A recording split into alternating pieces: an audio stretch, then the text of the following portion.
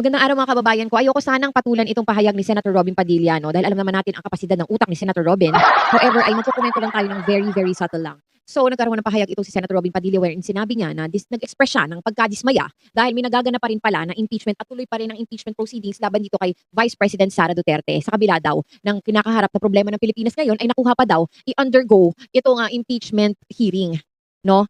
Let me tell you this, Senator Robin Padilla, isa sa mga problema natin ay pagkakaroon ng vice-presidente na kagaya ni Sara Duterte. Okay? Isa siya sa mga problema ang kinakaharap ng Pilipinas. No, bakit? Ang daming ninakaw. 'Di ba? Sana ibalik ko na lang kasi yung mga ninakaw mo nang mayroon tayong mapakinabangan. 'Di ba? Nakakaloka tong pahayag ni Senator Robin Padilla kasi parang nagtatrabaho lang ba to para sa mga Duterte? Huwag mo kakalimutan, Senator Robin, na ang taong bayan ang nag-upo sa'yo dyan. Ang taong bayan na naghalal sa'yo, no, nakaupo ka sa Senado ngayon dahil sa boto ng mga mamamayang Pilipino at unang-una mo dapat pagsilbihan ay ang mga Pilipino. Diba? Maging loyal ka dapat sa kanila kasi wala ka dyan ngayon kung hindi dahil sa kanila.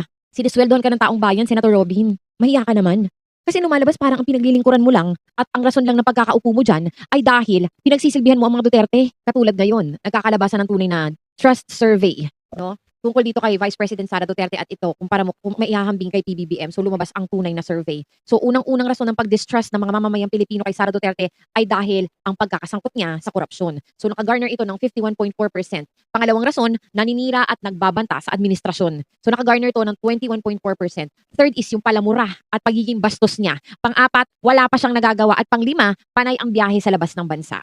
No? Ngayon kung maihahambing nyo dito kay President Bongbong Marcos, lumalabas na 12% na lang ang mga DDS ngayon. At itong impeachment proceedings na to, Senator Robin Padilla, para to sa mga mamamayang Pilipino. Okay, this is for the sake of every Filipino. No, dahil sa totoo lang nakaka-disgust talaga ang magkaroon ng Vice President katulad ni Vice President Sara Duterte. Dapat na siya talagang tsugiin sa kanyang posisyon. Palitan na mas kapaki-pakinabang, no, na makakatulong kay PBBM na magtatrabaho din. So eto na nga, nakakahiya naman mga DDS.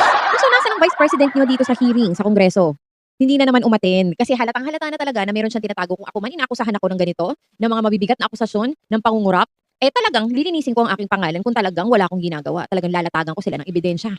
And once and for all para matigil na lahat ng ito, 'di ba? Pero iba si Vice President Sara Duterte, halata mo talaga na meron siyang kinukonsil, 'di ba? Unang-una na diyan, yung kay Ramil Madriaga, na-threaten siya kasi nga ito si Ramil Madriaga, di umano ay mag-a-appear sa Congress, no, para sa hearing at maglalatag ng mga ebidensya doon dahil nga ito si Ramil Madriaga ay bagman ni Vice President Sara Duterte at kilala niya lahat na iisa-isahin niya kung sino yung mga nabigyan ng pera, no, ng mga duffel bags. Duffel bags kasi yung lalagyan ng mga pera na pinamigay ni Sara Duterte, no. Iisa-isahin niya at lahat ng impormasyon, yung mga missing pieces at missing links na hindi mabanggit-banggit or hindi masagot-sagot ni Vice President Sara Duterte, si Ramil Madriaga lang ang missing piece para masagot ang lahat ng iyon. Bakit naman niya idinimanda kaagad? 'Di ba? So